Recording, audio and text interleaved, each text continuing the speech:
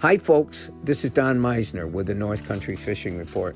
Well, I wanted to share with you, because I always do try to share my own fishing experiences because it's what I know best. Certainly know best what I do. And I've told you that I've really been reluctant to give up the ghost of fishing this year. I keep trying to go back out, and last week was the last time I really tried to go out and catch a pike. Now let me tell you where I went.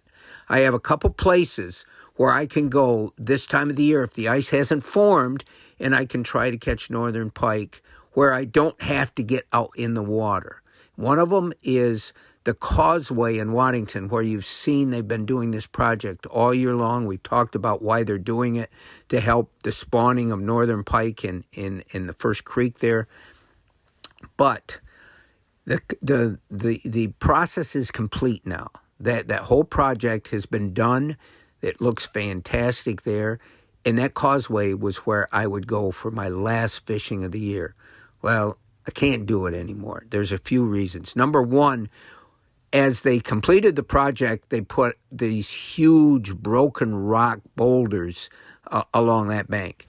And I don't care who you are, what age you are, what physical fitness you're in, walking along those broken boulders could be treacherous, especially this time of the year when there's moisture and you could slip on the rocks. Second, I did try, though. I went there and I cast out where I normally do this time of the year, on the riverside for walleyes, on the pond side for northern pike.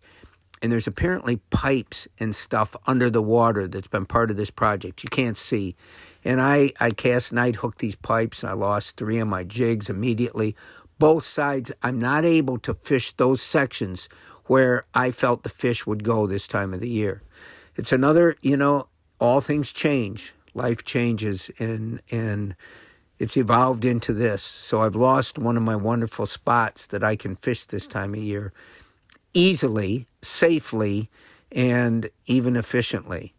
The other place I went was right in downtown Ogdensburg. I decided to go down there, Wheat House Bay, there's a huge area where you can stand either up above all the broken rock that goes down over the bank, or you can try to get down there near the water.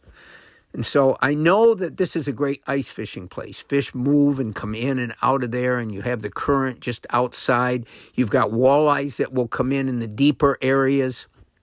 So I went down there with a bucktail jig. And most of the weeds have died off now, where you can fish a bucktail and not be hooking weeds constantly. And it's something that has always worked for me well this time of the year. Well, it was cold. It was in the high 30s, and I'm not good at fishing with gloves on, so I got my bare hands. My fingers are getting colder and colder. I cast about 10 casts, nothing, and a car pulled up behind me, and I thought, oh, maybe the game warden's coming down to check me. Well, it was a couple high school kids. They seemed like they got out of their car, and their first thing was, how you doing? Catching any fish? That type of thing. And I said, no, I haven't had a strike. And as I said that, I felt something change out there at the end of the rod, and either I had hooked bottom or something had hit. I set the hook, and lo and behold, I'm hooked onto a fish. And so now we're all wondering, what have you got? Now, it's not like hooking on to a fish a month ago. The water's colder and colder, and I didn't feel much of a battle, and I didn't have heavy tackle either. And so as it got closer, the kids said, oh, you got a walleye, mister, you got a walleye. And you know what? I wasn't really sure, because the fish wasn't fighting like a pike. But lo and behold, it was a northern pike, and it was actually colored brownish. So I can see why the kids thought it was a walleye. So I bring it in. My hook isn't very deep in. I'm using, as I said, I was using a bucktail jig, so it's a single hook, and it wasn't deeply embedded. I didn't even need to use pliers. I was able to gently open its mouth and keep my hand from getting lacerated by the razor sharp teeth, and take the hook out. And I set it back down in the water, and it slowly went back where it came from. The kids were great. We talk about young people and attitudes and so forth. These two guys were so respectful, so friendly, and They stood there and watched me cast a few more times, no more strikes, and then they left, wished me a Merry Christmas or a happy holiday season. And, that was a big part of my day. Just having those young people who didn't know me, had no clue, we'd never met before, be so friendly. And it certainly is a good indicator of a lot that we can be proud of for this area. I cast and cast till my hands went numb. I never got another strike. And I thought, well, at least I got a strike. And I did change colors, and that didn't seem to make a difference.